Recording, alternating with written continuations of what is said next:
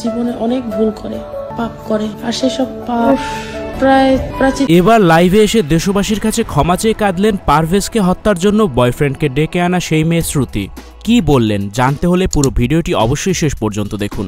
Prime Asia university শিক্ষার্থী পারভেজ নৃশংসভাবে খুন হয়েছেন দুই মেয়ের কারণে। ইউনিভার্সিটি অফ স্কলার্সের দুই ছাত্রী শ্রুতি আর টিনা তাদের বয়ফ্রেন্ডের কাছে ফোন করে বলে পারভেজ তাদেরকে দেখে হাসাহাসি করছে, তাদেরকে উত্ত্যক্ত করছে, তারা যেন এসে তাকে উচিত শিক্ষা দেয়।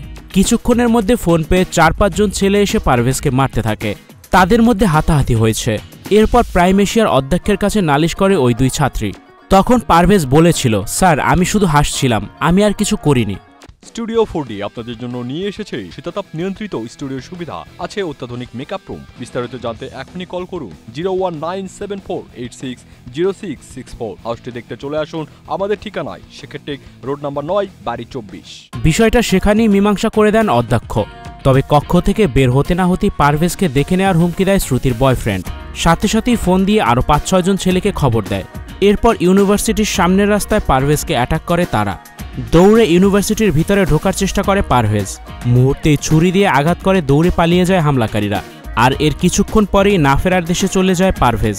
এই ঘটনার পর দেশবাসী ওই দুই ছাত্রীকে তুলোধনা করছেন। তাদেরকে কেন এখনও আইনের আওতায় আনা হচ্ছে না এমন প্রশ্ন তুলছেন সবাই। তাদের কারণেই পারভেজ আজ খুন হয়েছে। ছাত্রী শ্রুতি দেশবাসীর কাছে ক্ষমা চেয়ে কাঁদছেন। শ্রুতি বলেন সে বুঝতে পারেনি পারভেজকে ওরা মেরে ফেলবে।